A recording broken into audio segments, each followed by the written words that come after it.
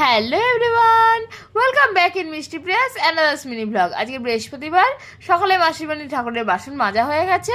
আর দেখো শীতের সকালের মিষ্টি রোদ। দিন তো নিচে এসে দেখি নয়নতারা গাছগুলোতে অনেক ফুল ফুটেছে, আর আমাকে এই ব্যাগটা আমার বার্থডেতে গিফট করেছে স্কুলের আন্টিরা। এদিকে তো আমি বেরোবো কলেজে, দিদি বেরোবে স্কুলে। আজ আমার লাস্ট ডে এক্সাম।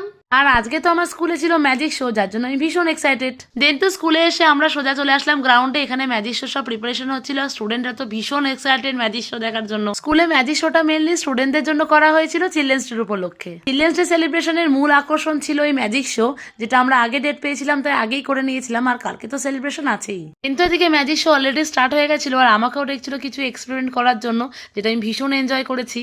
বেশ অনেকগুলো বছর পর ম্যাজিক শো দেখলাম। এখন তো এটা সচরাচর দেখাই যায় না, কিন্তু এই ম্যাজিক শো বা জাদুবিদ্যা মানুষের বিনোদনের কারণ। আজকের ম্যাজিক শো তো আমরা টিচার সহ স্টুডেন্টরা দারুণভাবে এনজয় করলাম।